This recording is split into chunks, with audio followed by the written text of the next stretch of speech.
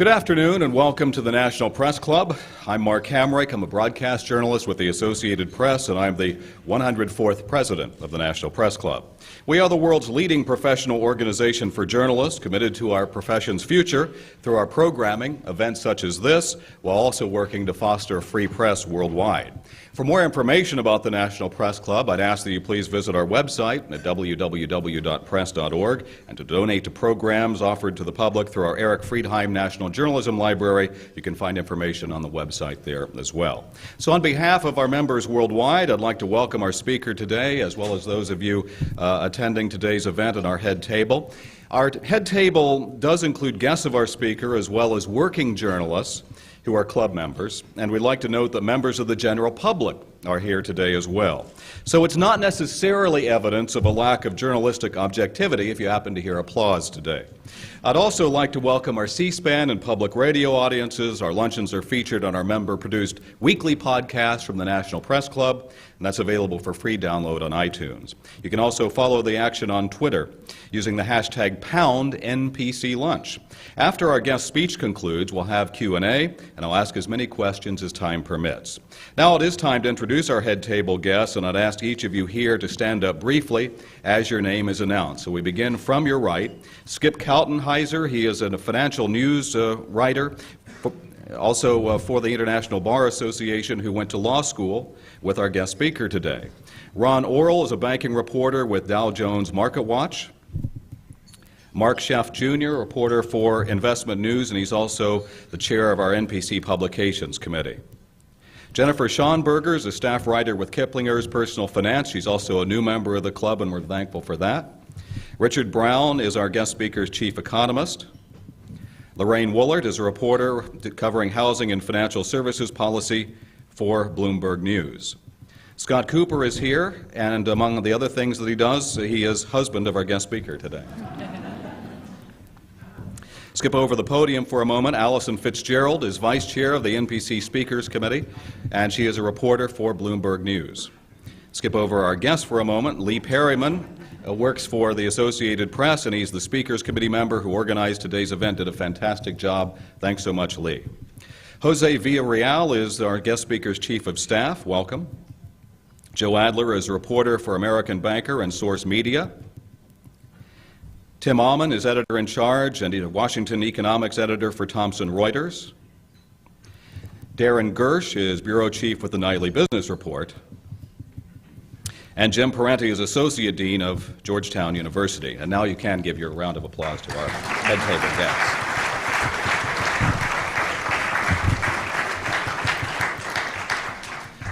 Our guest speaker today is the 19th chairman of the Federal Deposit Insurance Corporation. Her term ends on July 8th, just 2 weeks from today, and I'm told that this is the last major speech that she will give. We're grateful that she's choosing the National Press Club to do that.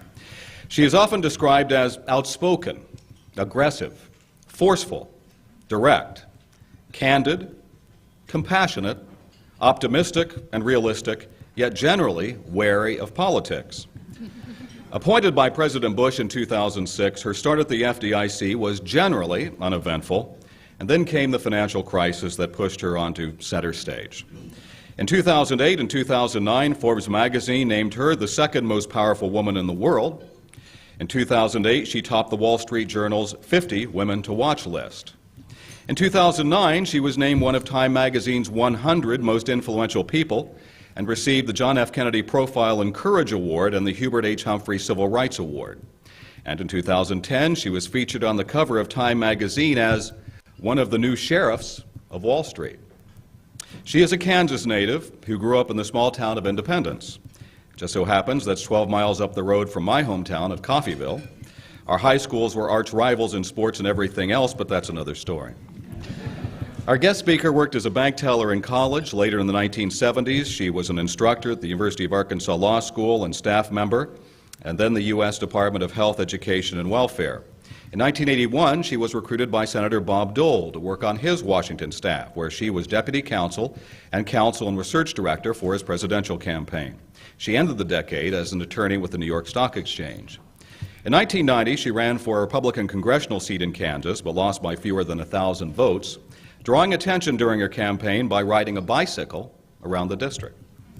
She served as Commissioner and Acting Chairman of the Commodities Futures Trading Commission, Senior Vice President for Government Relations of the NYSE, and Assistant Treasury Secretary for Financial Institutions. Before joining the FDIC, she taught about financial regulation at the University of Massachusetts. Our guest speaker did play a key role in managing the reaction to the 2008 financial meltdown and was praised for foresight in issuing warnings about the dangers of Wall Street investments in subprime loans. Working to bolster public confidence and system stability, she implemented programs that provided temporary liquidity measures and guarantees to unfreeze credit markets and increase deposit insurance limits. And during her tenure, the FDIC closed the most banks since the savings and loan crisis. She led the FDIC resolution strategies to sell failing banks to healthier institutions, curbing prospective deposit insurance fund losses. And under her leadership, the FDIC ranked third in the best places to work in government for 2009.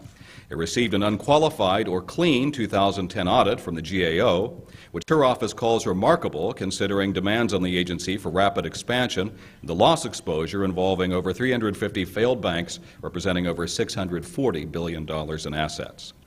This year, our guest speaker was inducted into the University of Kansas Women's Hall of Fame and received the Distinguished Kansan Award from the Native Sons and Daughters of Kansas. She also received several honors for published work on financial issues and has written 2 children's books on financial themes. She received a bachelor's degree from the University of Kansas. She also got her JD from the University of Kansas School of Law. She and her husband, Scott, have 2 children. We thank her in accepting our invitation today to speak and to offer some parting remarks as she completes her remarkable tenure. Please offer a warm National Press Club welcome to FDIC Chairman Sheila Bair.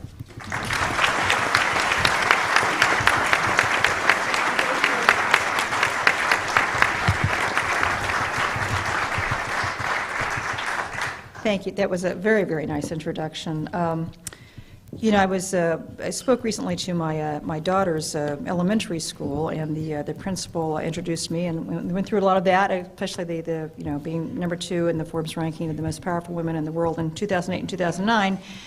And so I got up and I started making my spiel and talking about banks and savings and compounding interest and all the things I like to talk to young people about. And I started to take the questions. The little hand went up. First question was, well, who was number 1?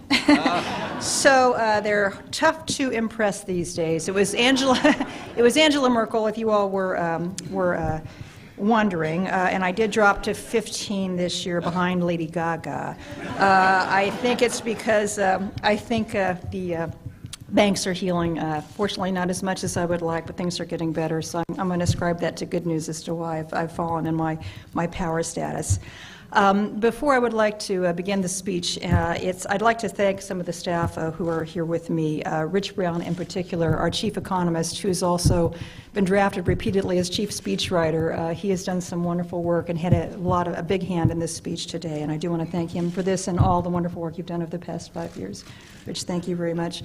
And Andrew Gray, who many of you know, our head of public affairs, is out here somewhere, who has just, again, been with me the whole 5 years and done such a fabulous job. And his deputy, Michelle Heller, thank you, wherever you all are out here.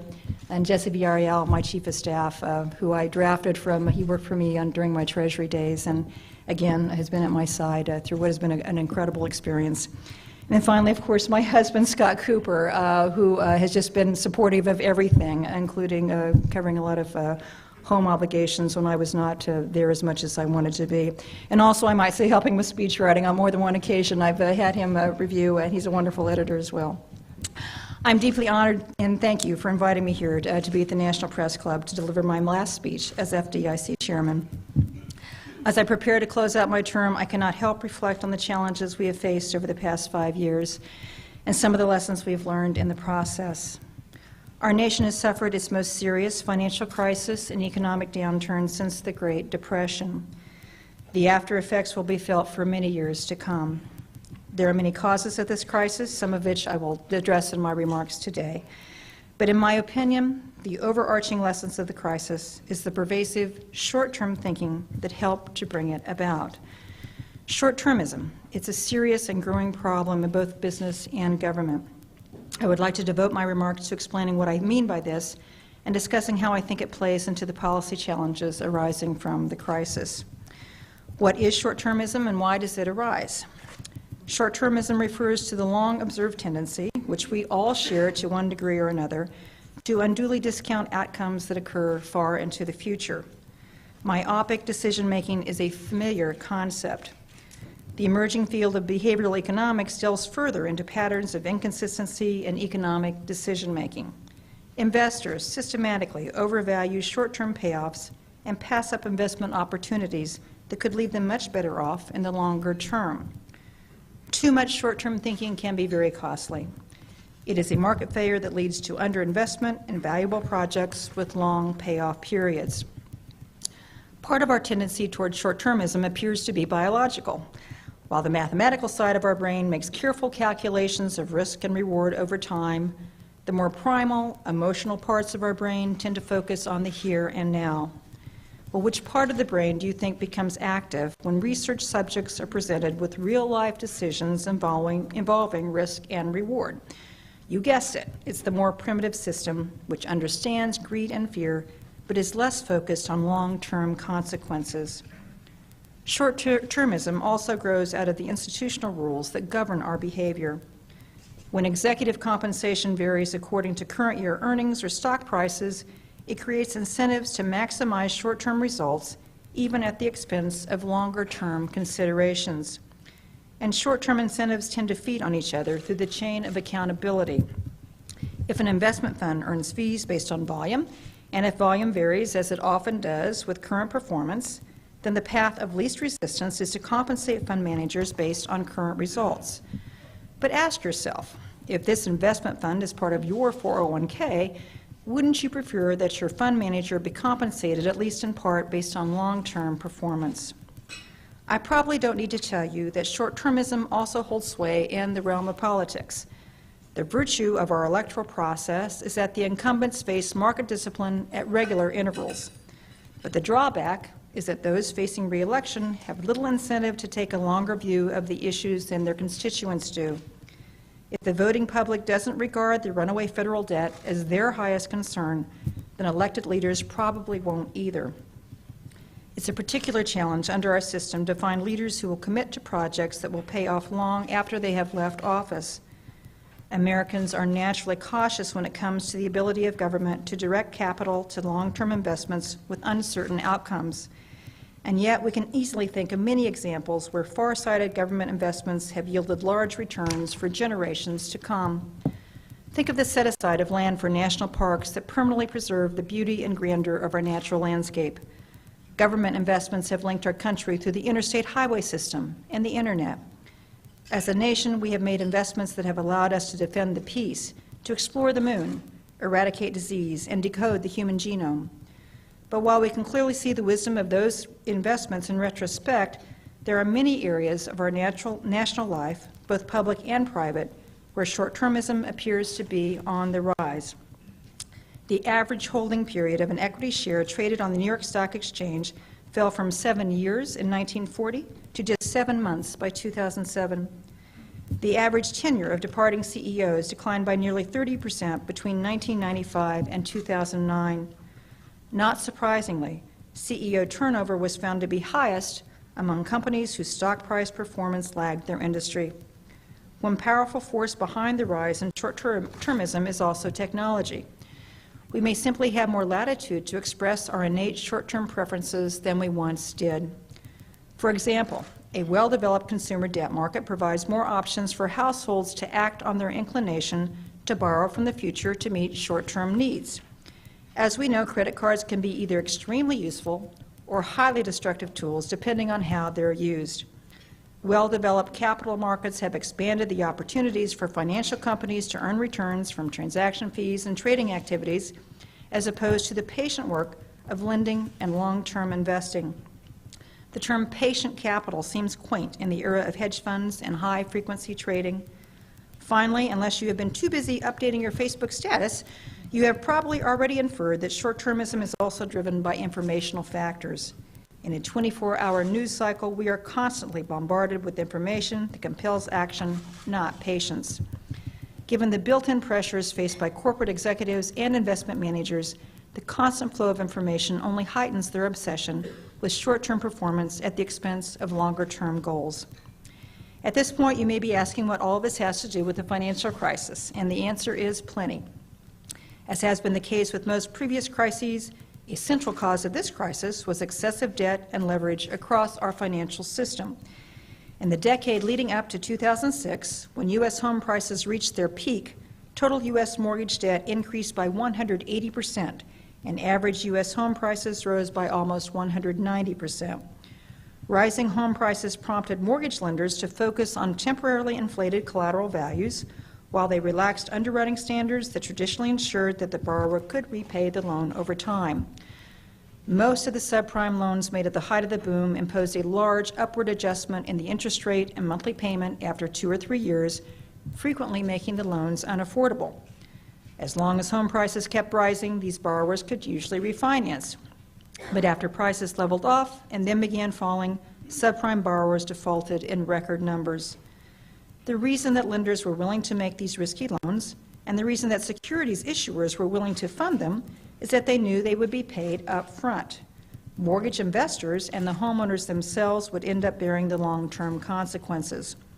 Arrangements like this gave rise to the acronym IBG-YBG, meaning I'll be gone, you'll be gone, a watchword for short-termism in the mortgage industry during the boom. Homeowners, too, responded to rising home prices, flexible terms, and tax advantages of mortgage debt to raid their home equity, cashing out to the tune of more than $500 billion per year at the peak of the boom. Meanwhile, financial institutions frequently sought to maximize their balance sheet leverage. They sometimes moved assets to shadowy off-balance sheet structures where regulation and capital requirements were less stringent. That strategy worked brilliantly until the eventual collapse of investor confidence and market liquidity forced these assets back onto the balance sheet where there was not enough capital on hand to support them. Leading financial companies proved adept at creating innovative new loan structures and funding strategies in the years leading up to the crisis, but all too often these innovations left participants with badly misaligned economic incentives. The compensation of loan officers, portfolio managers, and bank CEOs was typically based on current year loan volume, earnings, or stock price, with little regard for the risks that were building up in the system. Most damaging of all, some of the largest and most complex financial companies were made exempt from the discipline of the marketplace because their size, complexity, and interconnectedness made them too big to fail under the resolution processes in place at the time. The expectation that the largest financial companies enjoyed the implicit backing of the federal government allowed the managers of those companies to book short-term profits while ignoring the buildup of tail risk inherent in the complex mortgage instruments they held. In the financial market chaos that followed the September 2008 bankruptcy of Lehman Brothers, the expectation of government support for systemically important financial institutions, or SIFIs, became a reality. Government assistance to financial institutions took on a variety of forms, amounting to a total of commitment of almost $14 trillion by the spring of 2009. Direct assistance to the largest financial institutions eased the short-term crisis of confidence in the interbank market, and our financial system began to function again. But policymakers failed to effectively attack the root cause of the problem, which was the enormous backlog of unaffordable and underwater mortgage loans that continues to slow the recovery of our housing markets and our economy. Bailouts result in a host of adverse consequences for our financial system over the long term. They undermine market discipline and promote risk-taking. They inhibit the restructuring of troubled financial companies and the recognition of losses. They keep substandard management in place and preserve a suboptimal allocation of capital. They are inherently unfair to well-run banks. The bailouts of 2008 tainted the reputation of the entire banking industry and tilted the competitive balance in favor of some mega banks. In the first quarter of this year, the cost of funding earning assets was only about half as high for banks with more than $100 billion in assets as it was for community banks with assets under $1 billion. In the end, bailouts violate the principles of limited government on which our free enterprise system is founded. That's why the FDIC was so determined to press for a more robust and more effective SIFI resolution framework as the centerpiece of the Dodd-Frank financial reform legislation that was enacted last summer. Titles 1 and 2 in Dodd-Frank authorized the creation of just such a resolution framework that can make the SIFIs resolvable in a future crisis. This starts with the authority to designate large banking organizations and certain non-bank companies as SIFIs, and then to subject them to heightened oversight and higher capital requirements in relation to the risks they pose to the financial system. These companies will also be required to maintain liquidation plans or living wills that show how they could be resolved in a crisis without a bailout and without blowing up the financial system. Far from being an assault on the free market, these provisions are designed to restore the discipline of the marketplace to the megabanks, to end their ability to take risk at the expense of the public, and to eliminate the competitive advantage they enjoy over smaller institutions. Some of the rhetoric in the financial reform debate has been either short-sighted or simply inaccurate. As part of the reforms, we advocated an orderly liquidation authority for SIFIs, like the authority we have used for years to resolve FDIC-insured institutions. This OLA is expressly designed to facilitate the failure of one of these companies without a bailout, which is expressly prohibited by the new law. But what is the soundbite I keep hearing about this provision? Bailouts as far as the eye can see. We need to spread the word as to what the SIFI resolution framework is really all about and what is at stake if we don't see that the new authority is fully implemented before the next crisis. The resolution plans required of the SIFIs under Dodd-Frank will be critically important to obtaining the information we need to carry out an orderly resolution that places losses on shareholders and debt holders, which is where they belong. The FDIC and the Federal Reserve are going to need to stick to their guns and insist that these companies simplify their structure if necessary to ensure that they can be resolved without a bailout in some future crisis. That debate will most likely take place when markets are calm and the possibility of crisis seems remote. Once again, people are going to ask, why now? Why are we putting such onerous demands on private sector financial institutions? And it will be need to explain that the alternative is to risk another financial crisis that could someday throw millions of people out of work and wreck our public finances. Short-termism is also alive and well in the ongoing debate over bank capital requirements. Some banking industry representatives are claiming that higher capital requirements will raise the cost of credit and could derail the economic expansion. This is a terrific example of the sort of static, short-term thinking that got us into this mess in the first place. There's a lot of recent research that shows higher capital requirements in the range that we are talking about will have a very modest effect on the cost of credit. It will create a large net improvement in long-term economic growth by having more capital lessens the frequency and severity of financial crises. If your time horizon is anything longer than 6 months or so, I think that's a pretty good trade-off. The fact is that capital requirements U.S. banks now face are mostly the same as those that were in existence before the crisis. The reason banks are not lending more now is a combination of risk aversion on their part and reduced borrower demand. They have plenty of capacity to lend.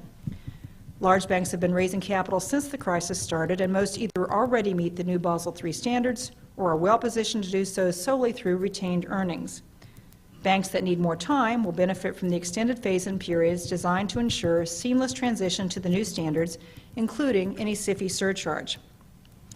Another Dodd-Frank mandate is a rule requiring issuers of mortgage-backed securities to retain 5% of the credit risk of the pool. Risk retention is necessary to give issuers a long-term interest in the performance of the underlying mortgages. But given the controversy that has surrounded this rule, I have to say I regret that Congress also carved out an exemption for ultra-safe mortgages as defined by the regulatory agencies. Everyone, it seems, believes that their mortgage should receive this qualifying residential mortgage or QRM status and thus be exempt from the small premium in their mortgage rate that will result from risk retention. The connection they're not making is that this small extra cost is the price we must pay in the short term to put a little equity behind these mortgages to ensure that incentives are properly aligned and to avoid a costly repeat of the mortgage crisis in the future. We also need solid long-term thinking on other important national policy issues. Too often the response to subpar economic growth has been another tax credit or a cut in interest rates that feels good for a while but does nothing to enhance the long-term performance of our economy. Deep political divisions appear to have sapped our will to make the type of long-term investments in education and public infrastructure that will pay dividends over many years. Programs of national service, like the Civilian Conservation Corps, once provided job skills to young people in need as they work to conserve and develop our natural resources. We still see the CCC's handiwork in national parks and forests throughout the country. The sense of pride and purpose instilled by programs like this is certainly greater than costly stimulus programs designed to put a few extra dollars in consumer pockets, much of which is used to purchase foreign-made goods. We need to get serious about entitlement reform that will make our system of old age insurance and health care sustainable over the long run as longevity rises and the baby boomers retire. The longer and healthier life that most of us will lead compared to previous generations is a wonderful and much underappreciated historical development. But with this blessing comes the need to make some choices that involve short-term sacrifices.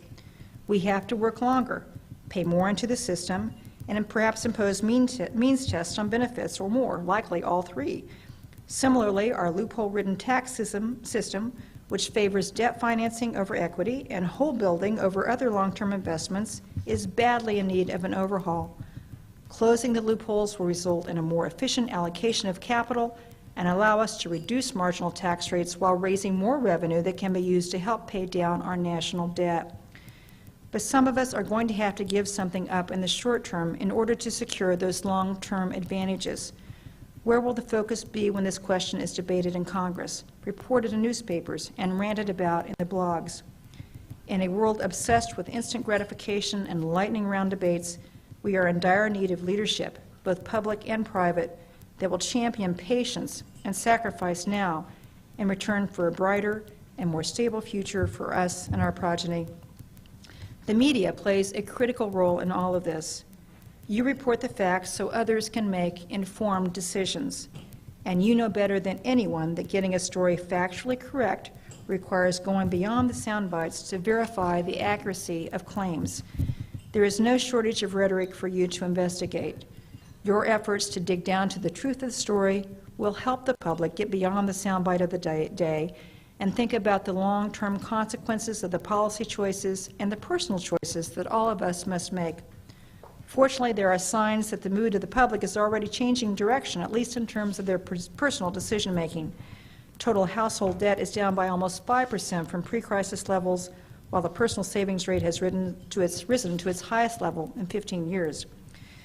Speaking to you today in this historic venue, I am reminded of some advice I received when I took the job as FDIC chairman 5 years ago. It came from one of my predecessors, the late Bill Seaman, who I'm sure many of you knew well. The FDIC's foremost responsibility is to maintain public confidence in the banking system, he said. We are the ultimate guarantor of the people's money.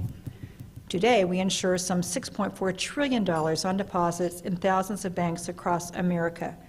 And while literally thousands of FDIC-insured institutions have failed over the years, nobody has ever lost a penny in insured deposits.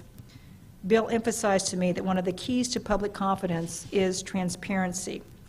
As you would expect, much of what the FDIC does in bank supervision and bank closings is confidential, as it pertains obviously to individual institutions.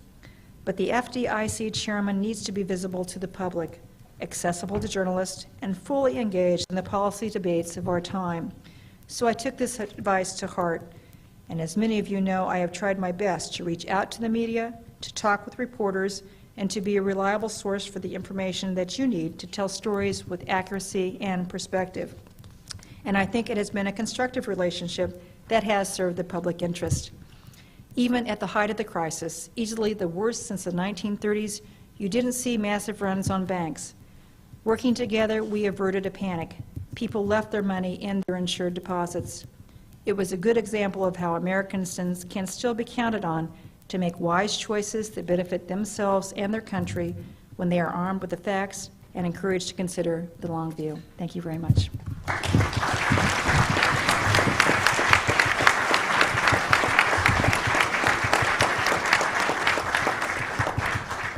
Thank you very much. So now we will engage in that give and take that you just mentioned about with the news media. We have a lot of questions from our audience.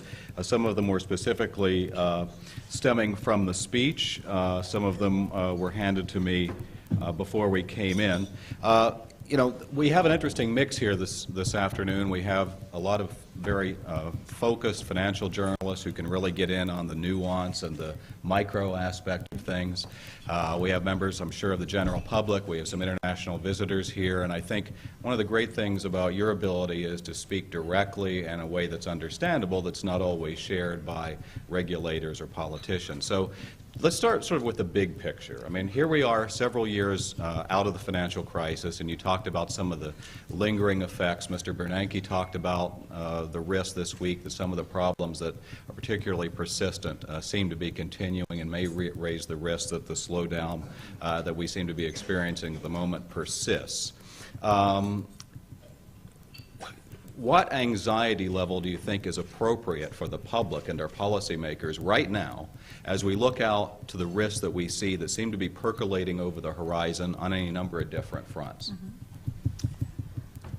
Well, I think these are risks, but they are subject to our control and influence if we take some action and make some decisions. I think with the housing market, we still have a loan level problem. These loans either need to be restructured, whether it makes economic sense, where the distressed borrower can make an economically viable payment, or if not, there needs to be relocation assistance or some other mechanism to clear the market, because clearly the foreclosure process is breaking down.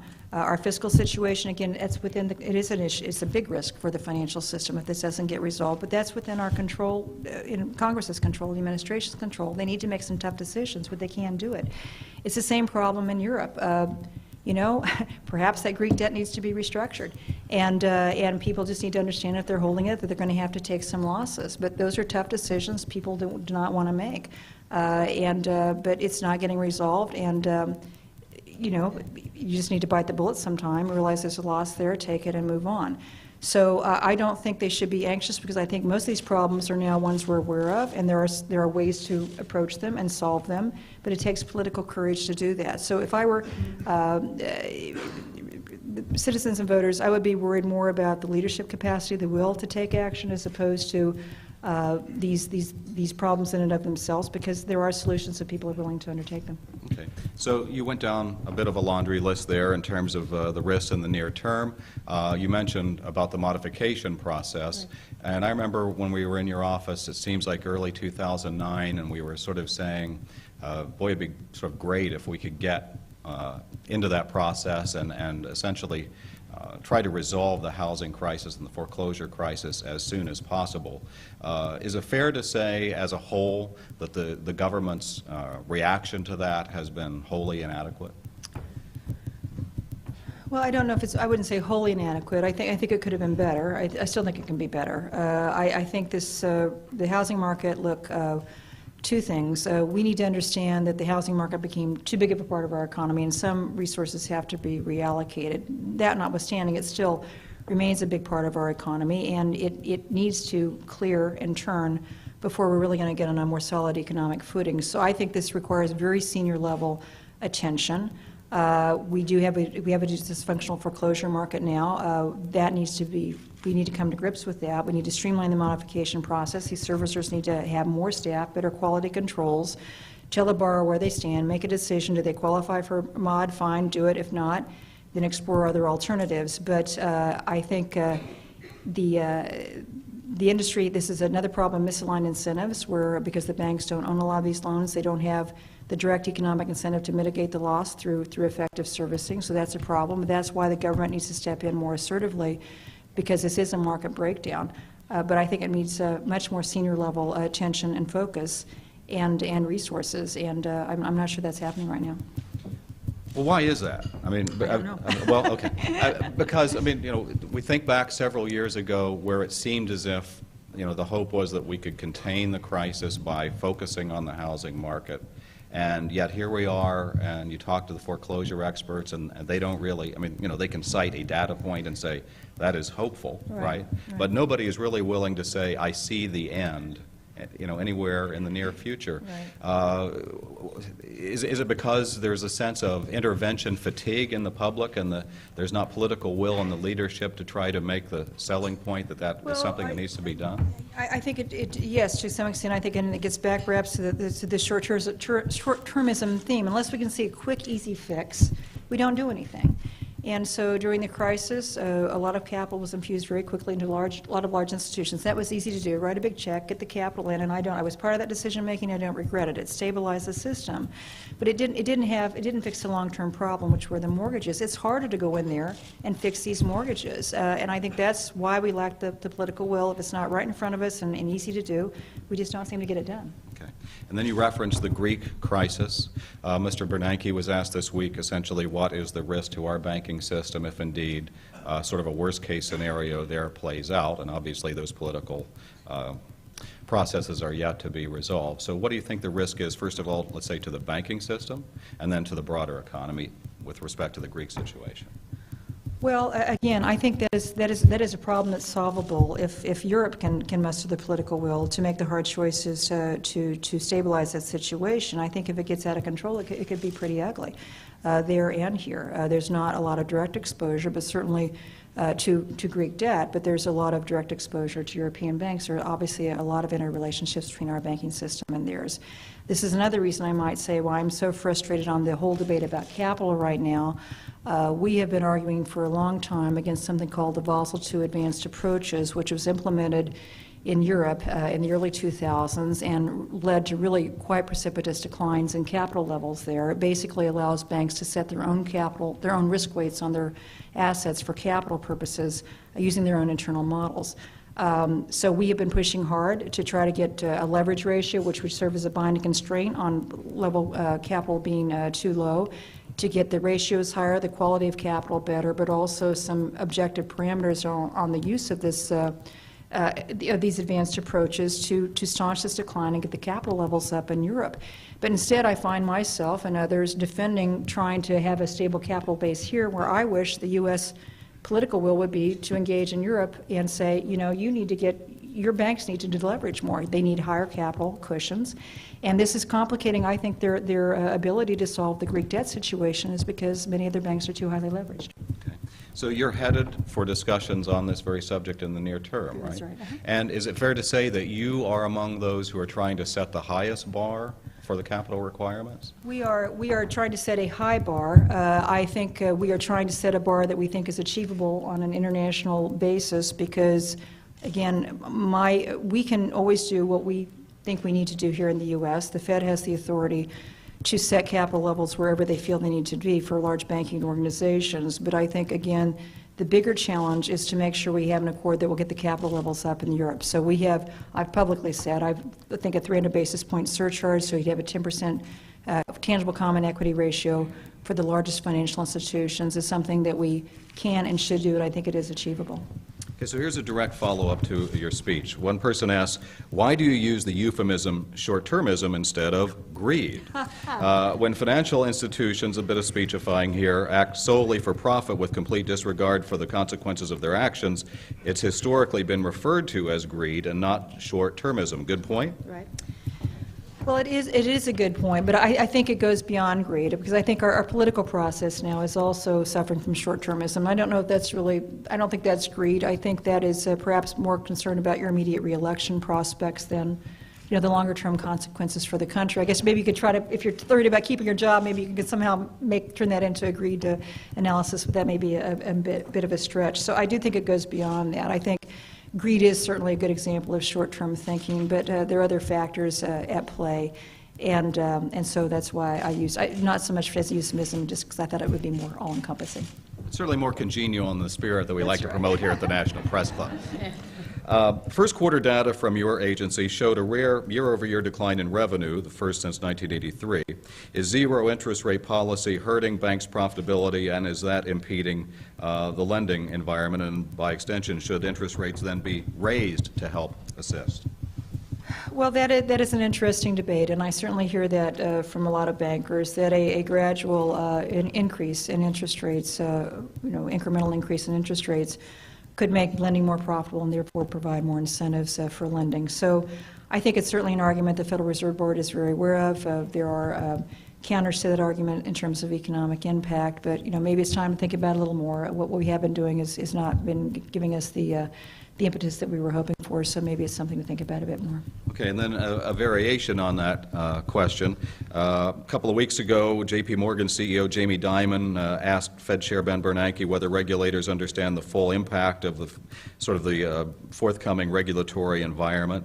And it is a common criticism from some quarters that people say, well, over-regulation making us less able to compete. Is there any validity to that concern, that criticism? Well, I think, going back to capital, I think we have done a lot of cost-benefit analysis on this already, and the overwhelming weight of the literature on this shows that the 10% that I've been calling for is actually in the moderate range of what many of these studies would justify, based on a cost-benefit analysis, comparing the payoffs in terms of system stability and reducing the severity of the next crises with any incremental impact in lending costs.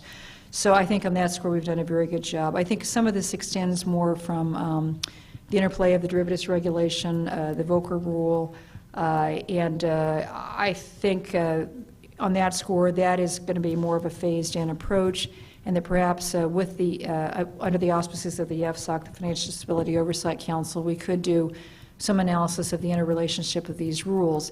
That's not to say we shouldn't move forward with vigor, we should, but I think understanding the interrelationships to make sure that the rules working together will achieve the intended outcomes makes some sense. But I think, by itself, sure, analysis to understand interrelationships is good, but I wouldn't want that to be interpreted as a reason for not engaging in reforms that we know are needed, and certainly on capital. It's been studied a lot already.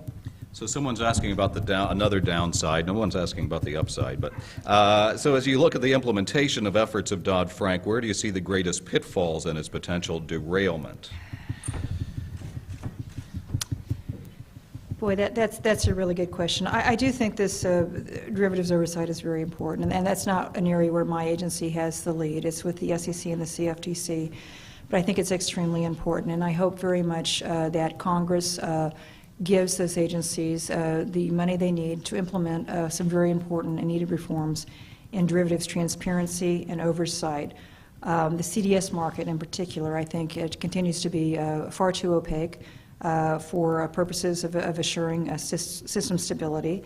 And it was a key driver during the crisis, and so I would hope that those funds would be available to implement those rules, because I think they're very important. I think just more generally, again, maintaining the political will. I've been quoted saying this before, there's just a lot of amnesia right now and a lot of pushback on things that are so obviously needed, like higher capital.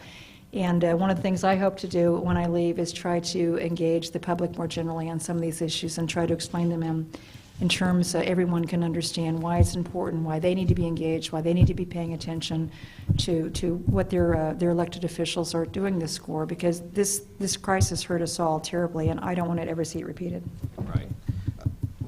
One of the responses was to take some of the traditional brokerage houses and make them commercial banks. And we all have situations where, in the breadth of these enterprises, they're seeking return on investment by essentially taking depositors' money and investing it in the financial market. So does that mean there's increased financial risk there? Well, I think that's a lot of what the Volcker rule is trying to address. We don't want insured deposits to be done for proprietary trading, and they're not. It's supposed to be banned already in insured banks, and the Volcker rule strengthens those prohibitions, just not in insured banks, but in bank holding companies as well, which I think is important given the fact that a number of major investment banks have now become bank holding companies and have larger depository institutions. So I think. Again, with the Volcker rule, the tools are there to make sure insured deposits are not used for proprietary trading. And again, just another area where we need very vigorous and robust implementation. Some have suggested going farther and separating out the investment banks and the commercial banks. I don't see that getting traction here in the U.S., though I have suggested that as part of these resolution plans that the regulators will be requiring of very large financial organizations that perhaps part of those can show greater legal and financial autonomy between the investment bank and the commercial banks to reinforce the Volcker restrictions. So with regard to Dodd-Frank, someone's saying now that there does seem to be so much political pushback, and I might ask you a question about that specifically in just a moment, does the debate about the lack of job creation and the status of the recovery have the potential to overtake implementation? Well, there again, I think when I would just implore the media to really drill down when people are just starting to blame financial regulators for our broader economic problems. I mean, I'm sorry, but that just is, most of these rules haven't even been finalized yet. They haven't had any impact. And it seems to me this is an effort to make blame the regulators for something that has nothing to do with what we're doing, and it's completely outside of our control. And in point of fact, what the regulators are trying to do now is provide for a more stable system, so when you get into the next inevitable downturn, we won't have this severe impact on the real economy that we had in this most recent crisis. So, these financial reforms promote a healthy, long-term, sustainable, growing economy. They help redirect financial services towards supporting the real economy through the traditional function of credit intermediation. An example, again, the capital rules. The higher capital charges are much more significant on the trading book assets, right, than they are on the banking book where the loans are kept. So the capital incentives will be for lending vis-a-vis trading and other market activities. So again, what the financial regulators are doing is supports a healthy, vibrant, sustainable economy, not the other way around. And again, when you hear this, I just hope people will scratch below the surface. Okay. With banks, some banks anyway, too big to fail, financial schemes complex to unravel, and cases involving Wall Street billionaires sometimes seemingly difficult to prosecute, how will some of these larger banks ever regain the confidence of the American public? And if not, is that really a problem? Well, I think it is, and this is why I would hope the more responsible members of the industry would work with the regulators as opposed to against us and rein in their trade groups and their paid lobbyists here, because I think it's in their interest. I mean, what kind of horrible reputational damage has been done by the industry from these bailouts? It is in their interest to have a more stable system, to having rules that constrain the excessive risk-taking, that weed out the bad players in the industry. It's in their interest as much as ours. And the vehemence and intensity of cynicism and anger towards the banking sector continues to be, quite problematic. And so I wish the industry would see it as in their interest to work with regulators to get this fixed. There was some speculation after President Obama was elected that you might be tapped as Treasury Secretary, and you were critical of some of the policies of both the Bush and Obama administrations in the crisis, particularly regarding housing and relief for underwater borrowers. Do you think they've listened closely enough to your views, and what advice would you offer your successor or any other independent regulators in terms of speaking up in such a way? Well, I'm not a part of the administration. I'm the head of an independent agency. I was appointed in the previous administration, and so I don't think it's their obligation to. I'm not an advisor to the president, and it's not his obligation to listen to me or give any credence to my views. I speak out when I see risk to the banking system, and I see continuing risk to the banking system. And hopeful that have some input on broader public policy decision making. But the president has the right to choose who advises him, and I'm sure he has confidence in those who are advising him. And there are frustrations we've had again on the intensity of effort on the housing problem. But I wish him well, and I wish this administration well. That was, again, a very cordial statement in keeping with the spirit of the National Press Club. I asked someone else here recently on another subject who was in a, let's say, comparable position to you, what kind of grade they would give the current administration with regard to, let's say, management of the financial crisis and now in the current situation. Let's just say for the administration as a whole, what kind of a letter grade would you give? As one who's been in the academic sector before. You really think I'm going to answer that? Give it a shot anyway. You want us to drill down, no, right? That's right. It's a good question, and I'm not going to answer it because I don't want to, look, I'm trying to speak out on policy, and I don't want anything that I say or positions I may articulate to look like they're pro or con any particular candidate or any particular political party. I try to avoid that impression. And I'm afraid that if I start grading the president or any other elected official, I'm going to get into that, so I'm going to take a pass. Well, you've got a couple of weeks where you might consider taking another approach. The SEC has passed rules that require money market funds to invest in assets with high credit ratings, but because interest rates are so low in the U.S., the money market fund managers have sought investments in European banks' debt, which have exposure to Greece. Are you worried that money market funds will obviously be hit if this situation continues to unravel? Well, I worry that people understand where their money is put, and if they have money in money market funds, as I said before, they should do some checking. And the SEC's improved disclosure rules, and some are invested in Treasury securities. They don't have exposure to European banks, but others do. So I think first and foremost, people should check and understand where their money is, and if that's consistent with their comfort level. I think longer term, I've supported a floating NAV. I think, unfortunately, folks do think of this money as somehow guaranteed, and again, that was reinforced by the crisis when the government stepped in after the reserve fund broke the buck. So I think making it float, as other mutual funds do, will help provide better clarity and understanding among those who have money in money market funds about the safety or the relative risk of their investment. And I do think this underscores that this is a problem we, meaning the FSOC and the SEC, with the SEC's leadership, solve sooner than later. Okay. One of the most dramatic events that occurred during the crisis was the failure of Lehman Brothers. In retrospect, do you think more should have been done to save it, to the extent that the government then bailed out AIG, and did it take the experience of Lehman to lead to the AIG decision? That is no. I don't think more should have been done to save it. I think we needed better tools, and I think it was. I don't. Even looking back at that situation, I think the original problem probably was with Bear Stearns. I think that created expectations. I'll quickly say we were far removed from the Lehman bankruptcy. That we were not. It was an investment bank. It had a couple of very small insured banks that actually are still solvent and operating within the bankruptcy.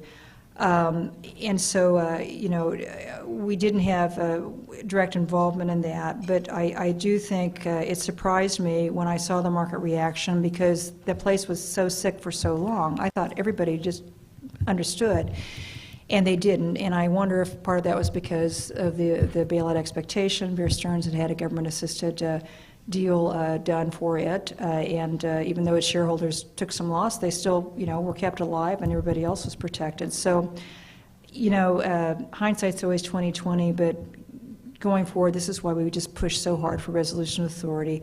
One of the other problems with the Lehman bankruptcy, or bankruptcy in general, is the way derivatives contracts are treated. And so with our process, we can actually require derivatives counterparties to continue to perform. In a bankruptcy, they have a right to close out their positions and pull their collateral out.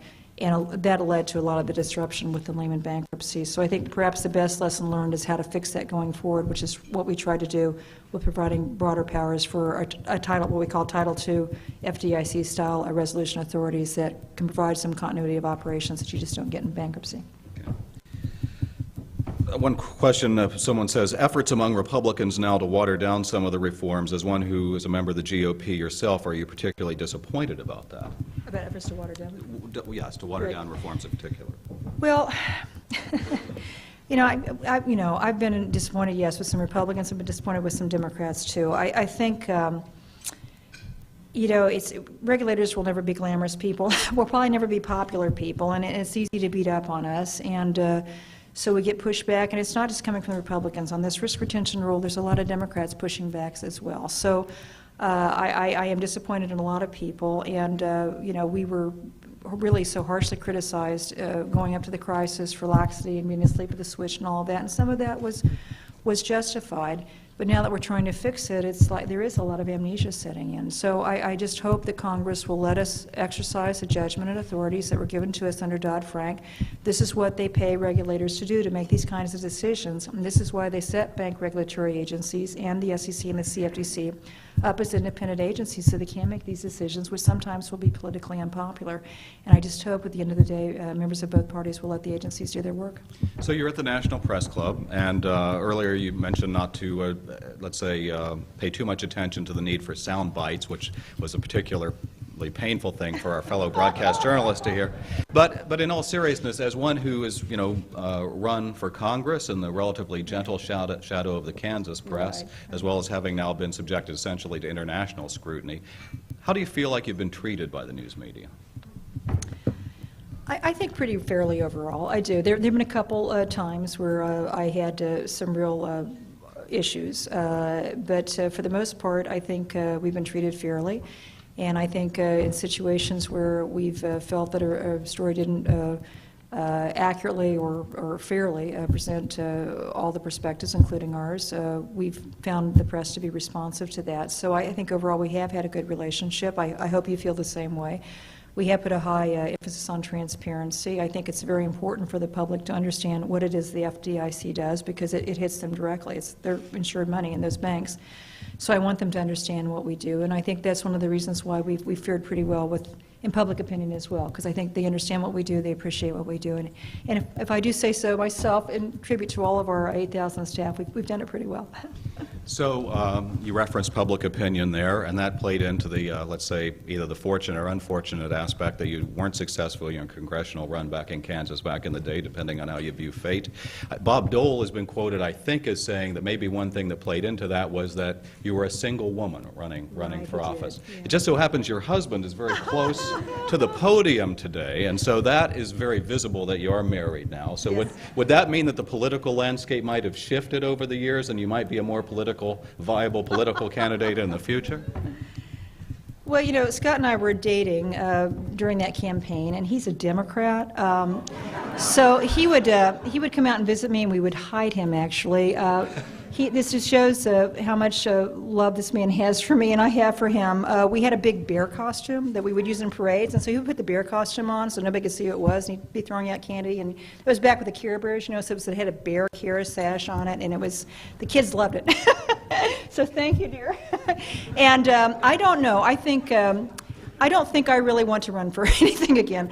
The reason is, I'll tell you, I loved campaigning. I loved interacting with voters. I hated the fundraising. I spent about half of my time on the phone asking people for money, and that was the singularly most degrading thing I ever had to do. And I think it's a shame what we put members of Congress through to do this. I don't know what the answer is, but the money has really overcome this process, and I think also deters other people who might otherwise want to serve from even getting into it. Okay, thank you. Well, we're almost out of time, and before we ask the last question, we have a couple of housekeeping matters to take care of. First of all, I'd like to remind you about some of our upcoming luncheon speakers. On June 30th, Gary Sinise, the Oscar-nominated actor, will announce the formation of a special foundation to help causes around the military. On July 1st, Mr. Charles Bolden, the administrator for NASA, will discuss the nation's future in space and plans to extend a human presence beyond low Earth orbit. We also know that the retiring astronaut Mark Kelly will be at our head table that day. And Ted Leonsis, who just made a couple of interesting draft picks for the Washington Wizards, and of course the majority owner as well of the Washington Capitals, will be here on July 13th. So in terms of would-be formalities, next up I'd like to present you with our highly sought-after National Press Club coffee mug as a token of thank you for today's event. Thank you. Thanks very Thank you. And finally, a last question for our speaker. You're planning to write a book after you leave office. We're wondering whether it will take us behind the scenes of all the critical decision-making in the financial crisis. Will it be a tell-all, or is there an angle or a message to average people that you'd like to get across in the book? So it will not be a tell-all. I don't look, I think everybody worked very hard in this crisis with the best of motives, and there were certainly different perspectives and philosophies, and I think it's important for those to be explained to the readership, and that's really what I'm trying to accomplish. And also, just not the crisis, but some of the things that have happened after the crisis and some of the problems we still need to work through, and some of the reforms that it's very important to enact. So I hope very much that with this book I'd engage the general population in some of these issues that have traditionally been just the domain of banking regulators, because it's really important for people to understand this is relevant to them, it impacts them, it's important to them, and they need to be engaged. Thank you. How about a round of applause for our guest speaker today?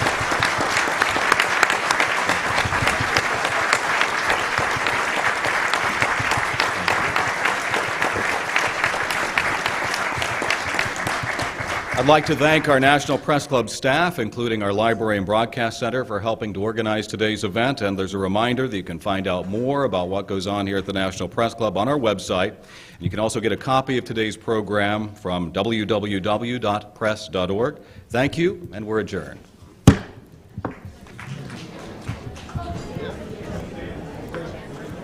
A round of applause to our head table guests.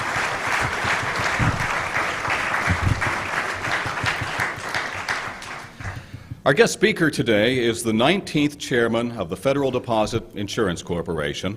Her term ends on July 8th, just 2 weeks from today, and I'm told that this is the last major speech that she will give. We're grateful that she's choosing the National Press Club to do that. She is often described as outspoken, aggressive, forceful, direct, candid, compassionate, optimistic, and realistic, yet generally wary of politics. Appointed by President Bush in 2006, her start at the FDIC was generally uneventful, and then came the financial crisis that pushed her onto center stage. In 2008 and 2009, Forbes magazine named her the second most powerful woman in the world. In 2008, she topped the Wall Street Journal's 50 Women to Watch list. In 2009, she was named one of Time magazine's 100 most influential people, and received the John F. Kennedy Profile and Courage Award and the Hubert H. Humphrey Civil Rights Award. And in 2010, she was featured on the cover of Time magazine as one of the new sheriffs of Wall Street. She is a Kansas native who grew up in the small town of Independence. It just so happens that's 12 miles up the road from my hometown of Coffeyville. Our high schools were arch rivals in sports and everything else, but that's another story. Our guest speaker worked as a bank teller in college. Later in the 1970s, she was an instructor at the University of Arkansas Law School and staff member, and then the U.S. Department of Health, Education, and Welfare. In 1981, she was recruited by Senator Bob Dole to work on his Washington staff, where she was deputy counsel and counsel and research director for his presidential campaign. She ended the decade as an attorney with the New York Stock Exchange. In 1990, she ran for a Republican congressional seat in Kansas, but lost by fewer than 1,000 votes, drawing attention during her campaign by riding a bicycle around the district. She served as commissioner and acting chairman of the Commodities Futures Trading Commission, senior vice president for government relations of the NYSE, and assistant treasury secretary for financial institutions. Before joining the FDIC, she taught about financial regulation at the University of Massachusetts. Our guest speaker did play a key role in managing the reaction to the 2008 financial meltdown, and was praised for foresight in issuing warnings about the dangers of Wall Street investments in subprime loans. Working to bolster public confidence and system stability, she implemented programs that provided temporary liquidity measures and guarantees to unfreeze credit markets and increase deposit insurance limits. And during her tenure, the FDIC closed the most banks since the savings and loan crisis. She led the FDIC resolution strategies to sell failing banks to healthier institutions, curbing prospective deposit insurance fund losses. And under her leadership, the FDIC ranked third in the best places to work in government for 2009.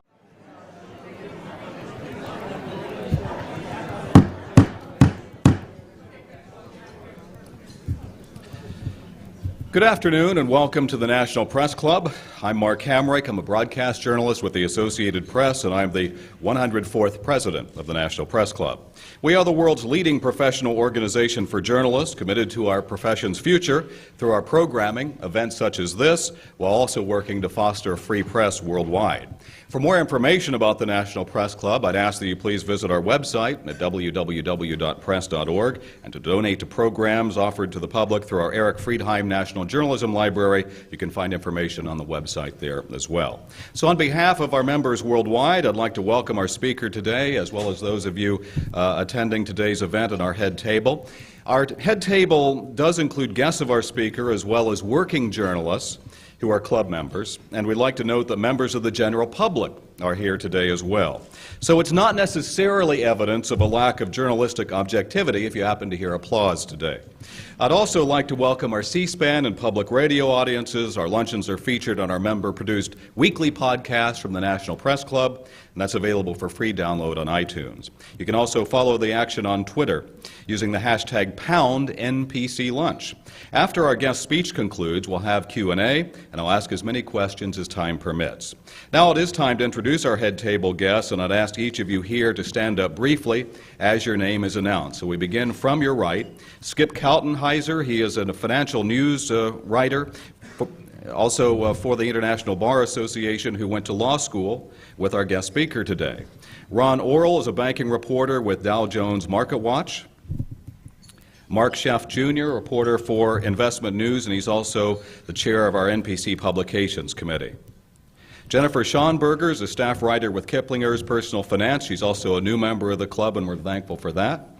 Richard Brown is our guest speaker's chief economist. Lorraine Woolard is a reporter covering housing and financial services policy for Bloomberg News. Scott Cooper is here, and among the other things that he does, he is husband of our guest speaker today.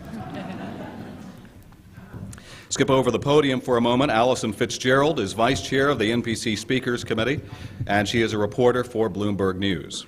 Skip over our guest for a moment. Lee Perryman works for the Associated Press, and he's the Speakers Committee member who organized today's event. Did a fantastic job. Thanks so much, Lee. Jose Villarreal is our guest speaker's chief of staff. Welcome. Joe Adler is a reporter for American Banker and Source Media. Tim Aumann is editor-in-charge and he's a Washington economics editor for Thomson Reuters. Darren Gersh is bureau chief with the Nightly Business Report. And Jim Parenti is associate dean of Georgetown University. And now you can give your line.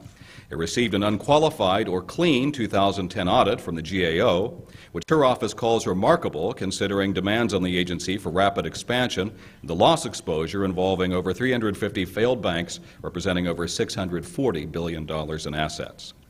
This year, our guest speaker was inducted into the University of Kansas Women's Hall of Fame and received the Distinguished Kansan Award from the Native Sons and Daughters of Kansas. She also received several honors for published work on financial issues and has written 2 children's books on financial themes. She received a bachelor's degree from the University of Kansas. She also got her JD from the University of Kansas School of Law. She and her husband, Scott, have 2 children. We thank her in accepting our invitation today to speak and to offer some parting remarks as she completes her remarkable tenure. Please offer a warm National Press Club welcome to FDIC Chairman Sheila Bair.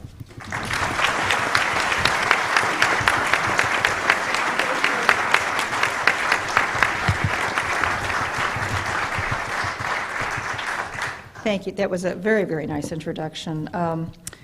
You know, I spoke recently to my daughter's elementary school, and the principal introduced me, and we went through a lot of that, especially the you know, being number 2 in the Forbes ranking of the most powerful women in the world in 2008 and 2009. And so I got up and I started making my spiel and talking about banks and savings and compounding interest and all the things I like to talk